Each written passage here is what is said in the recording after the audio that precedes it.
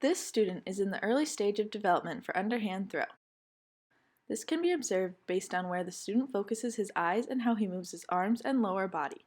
Focus on where the student is looking during his throw. His eyes remain on the ball throughout the throw, never looking at the target. Now, take a look at the student's hand placement. The ball is held with both hands on the sides of the ball. Notice the student's arm movements. When performing the throwing motion, the ball is brought backwards and forward on one side of the body. Notice the positioning and movement in the lower body.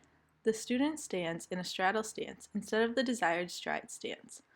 The lower body is bent forward at the waist and there is no step in opposition or weight transfer during the throwing motion. This student is in the continued stage of development for underhand throw. Watch where the student looks during the throw. His eyes alternate between looking at the ball and the target. Consider the student's hand placement.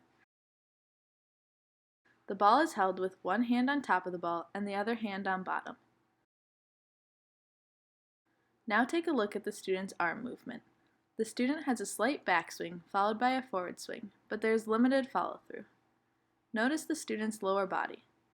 His feet are in stride stance, but there is little to no weight transfer backward during the arm swing. This student is in the late stage of development for underhand throw. Notice how his eyes remain on the target throughout the entire throwing motion. Look at the student's hand placement. The ball is held in one hand that is placed directly under the ball. Pay attention to the student's arm movements. He begins with a backswing motion, followed by a forward swing and complete follow-through based on the distance of the target. Now look at the student's lower body.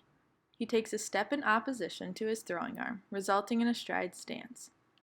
As he takes this step, his weight is transferred from his rear foot to his forward foot as the ball is released.